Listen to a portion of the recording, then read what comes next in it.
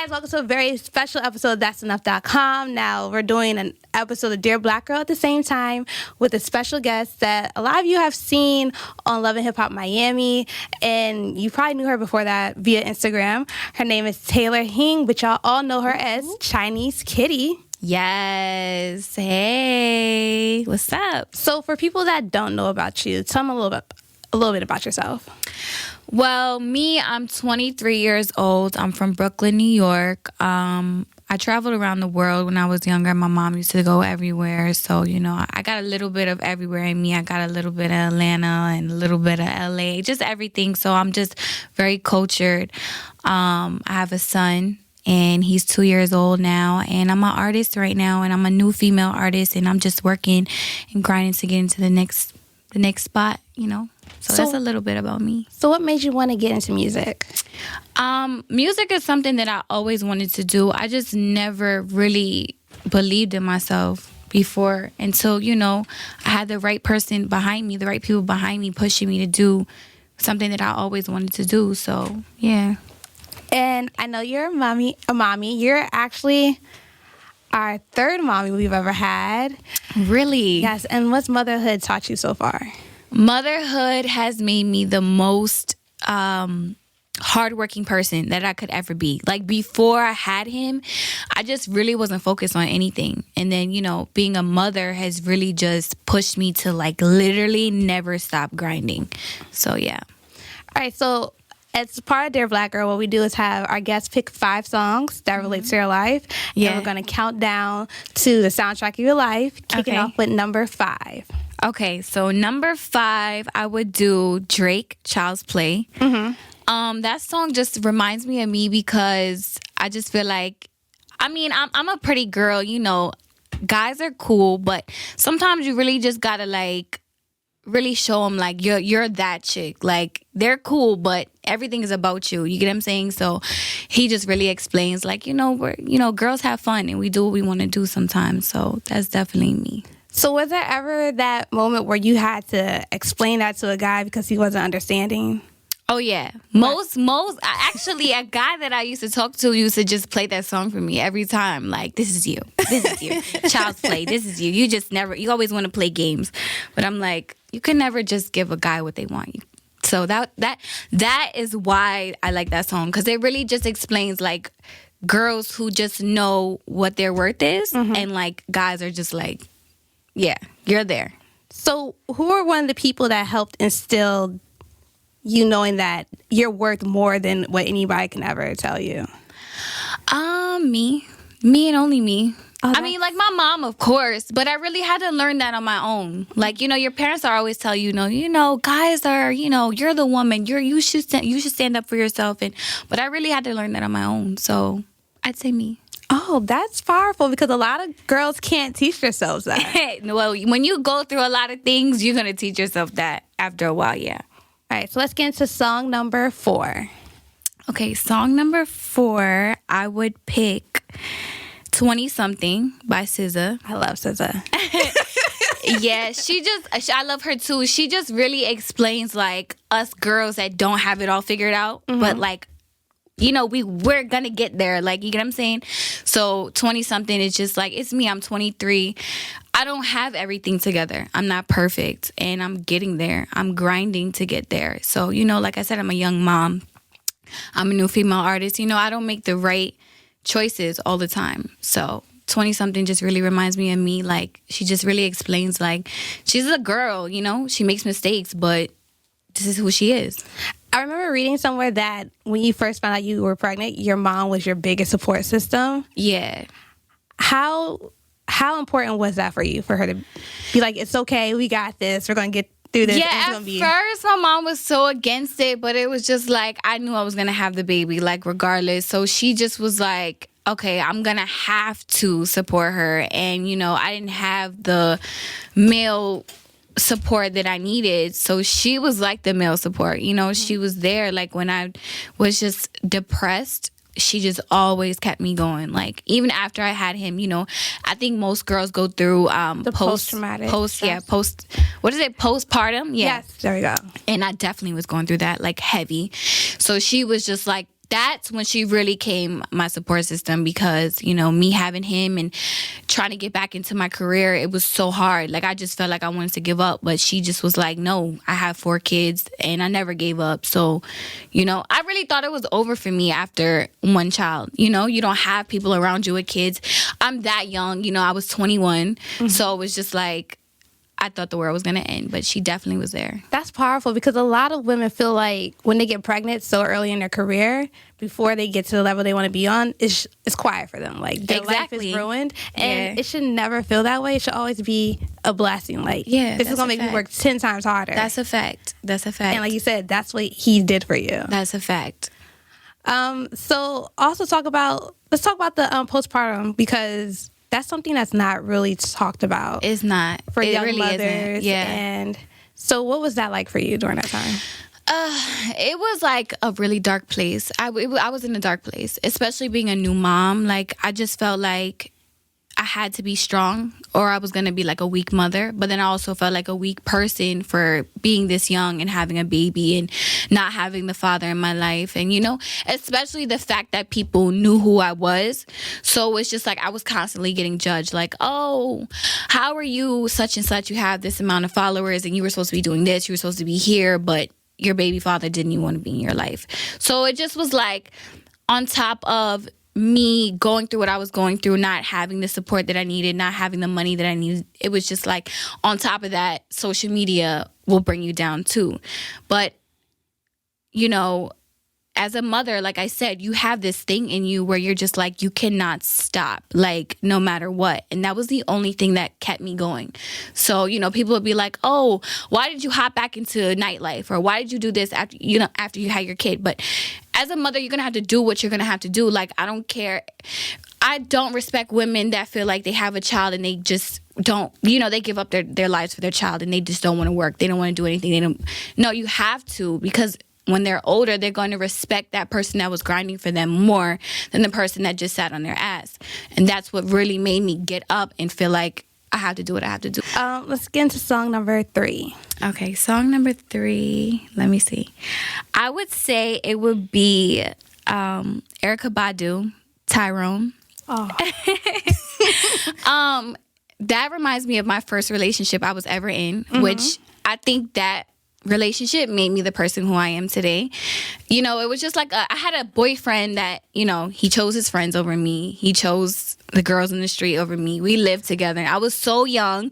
He literally like changed my life into making me the strong person that I am today, because it was so much messed up stuff that he did to me. And that song kind of just reminds me of like, Get your ass on. Like, get on. Yeah, get your friends and get out of here. Because I'm the one that's doing I'm literally paying half the bills, doing things that women shouldn't have to do. So at this point, keep it moving. Like, you know what I'm saying? So that song right there literally reminds me of him. He is Tyrone. Like, call your friends, get up out my house, and keep it moving. So, yeah. So when did you first get introduced to that song?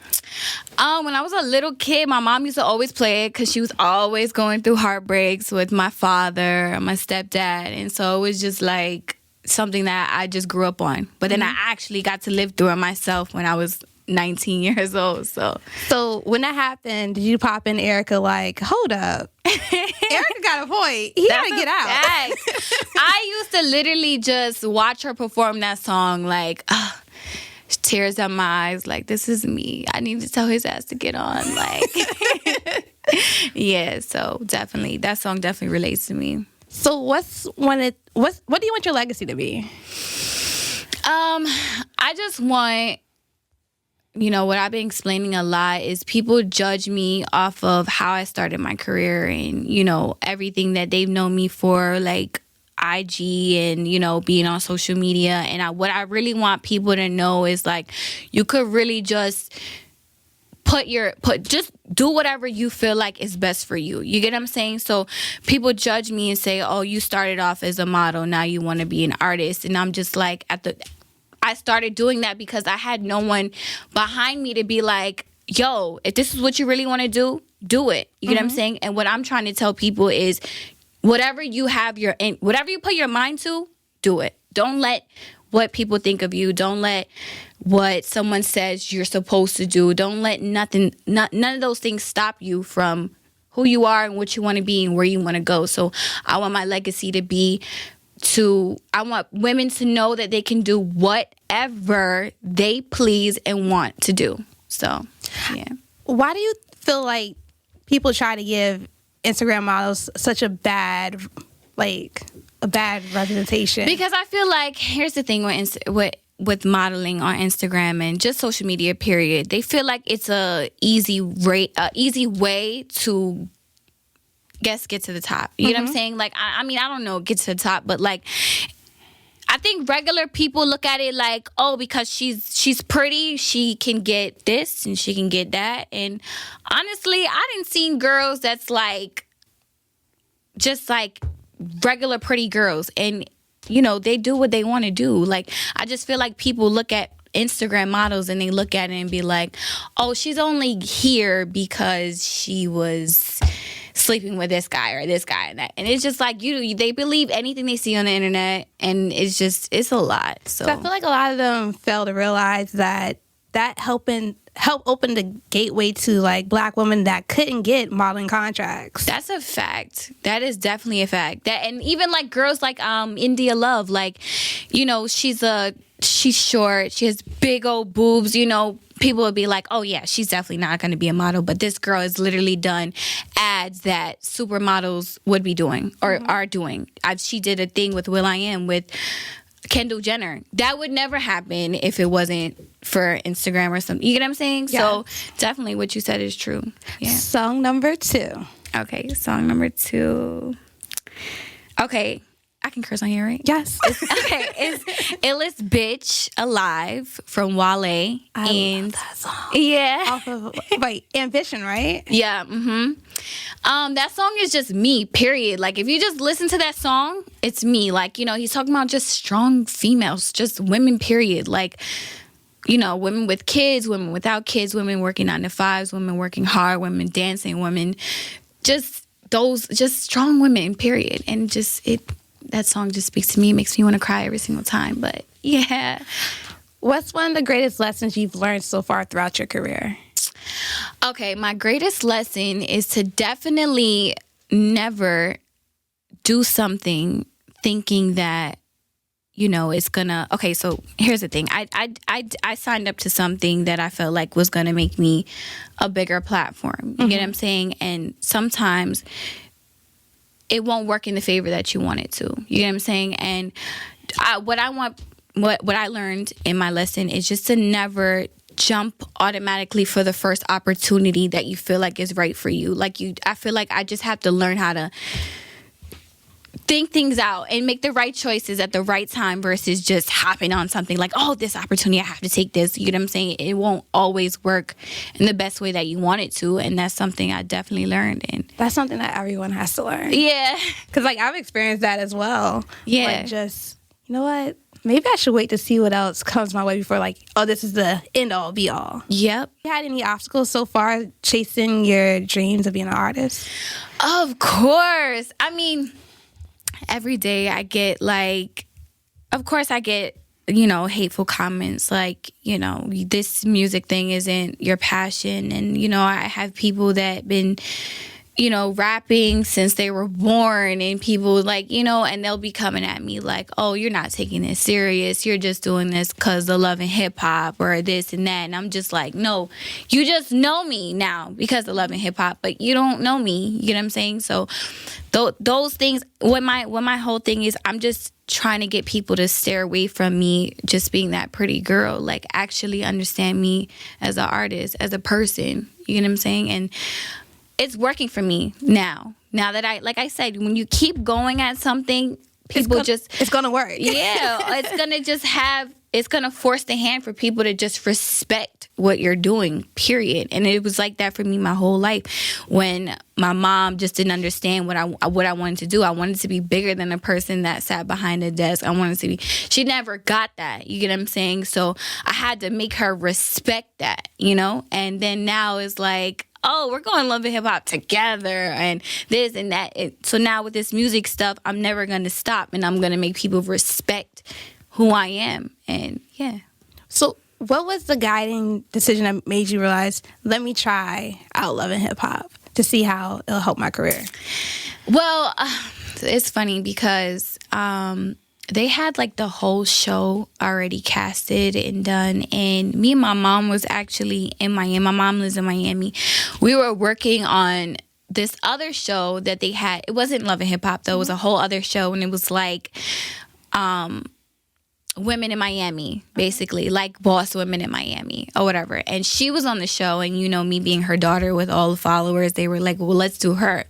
So I don't know, I guess they Love and Hip Hop got wind of this new show that was gonna be right, which never aired. And they were like, who are these girls? And they asked one of the people on the show, which is my mom's best friend, to bring us on the show, right? And so they had a meeting with us, and they just literally fell in love, and that was that. But people be like, oh well, why didn't she have enough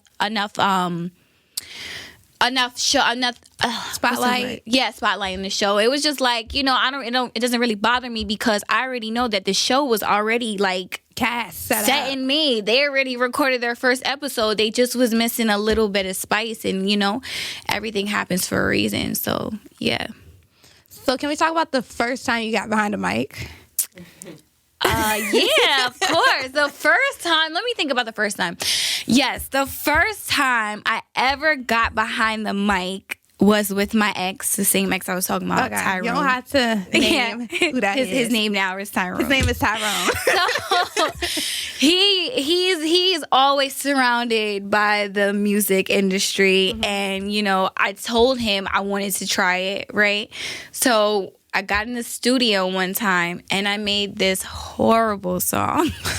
It was my first time rapping, so it was just like, I thought it sounded cute, but it was terrible. But I mean, it still told me like, I'm going to do this. Like, I can do it. So then my second time recording was with Lil Scrappy, and it was on the show or whatever. And that's when I'm like, oh no, I'm not playing any games anymore. Like, I'm doing this. Like, this is for me. Like, there's nothing else for me but this. This is the only thing that drives me, wakes me up in the morning like, I gotta do this, I gotta do that, So the first time, it was just like, I was just like, whatever, but yeah. So Song number 1. Okay, song number 1 is Flashing Lights by Kanye West. And I feel like, I have a really soft side to me. And then I have like this diva side to me too. And it just like comes out like on my shows, and it comes out when I'm, performing, or when I'm hosting a party, or when I'm doing a photo shoot or doing a video. And it's just like, that song just makes me feel like, even since I was a little girl, like, yo, you are that bitch. Like, you just get up in the mirror and you're like flashing lights, and it's just like, that is me. Walk down a catwalk, that is me. That song is literally me. I love how all these songs you picked all have empowered you throughout your life, no matter what the circumstances have been. Yeah. Fashion, breakup, being young, a young mother, all that. Yeah, definitely. All those songs is just like something that made me, yeah. And even though Child's Play is like short, I mean, it just came out maybe like a couple years ago, it's still just... Yeah, it doesn't matter. Yeah, it's still me. Yeah. Yes. So what's one of the things you're really working towards as far as like career and life? Right now, I'm just focused on music, and I'm just working towards making... I don't know, getting that one song. Yeah, going platinum, going gold in one day. Shout out to Cardi B. Like, yeah, like just that. Who wouldn't want those goals as an artist? Every artist wants those goals. Even males, So, yeah, definitely. So, right now, I'm just working. Music. And, I can't just throw everything out at one time. But, as I'm taking my slow pace, one day it'll get there. So... And I think it's dope because you're coming up in an era where women are starting to just slowly take over, especially in rap. Like, you have the Cardis, Nickies, and Remy, but you also have, like, the Cuban Savage. Yes. The Cash Dolls and all them coming up. Yes, that's a fact. Yeah. So how does it feel to be in this new revolution? I'm I'm just happy to be a part of it. I'm happy that I jumped. I came out with my music at the right time. If I tried to come out like 2 years ago or like a year ago, they'd be like, dub. But like you said, now that it's female rap time, it's like everyone's getting heard, especially if your shit is fire. So yeah. So what should people expect when they pop in one of your records or come to one of your performances? It's just gonna be turned, period. And it's just, you're gonna feel the female energy when I'm on stage. You know, I did a show in South by Southwest and it was barely any female performances, and it was just like I felt the women in the crowd when I was there. You get what I'm saying? Like it was a male show, but I felt the women in the show because they were like, yes, that's a fact. So definitely, you know, you might see some, you know, twerking, you might see some jumping up and down. You're gonna get everything from me. So okay, so we have to leave early because she has to listen to her record gets played for the first time on Hot 97. Yeah. But before we go, you have to drop your Dear Black Girl open letter. Dear Black Girl, you're the baddest bitch. Signed, Chinese Kitty.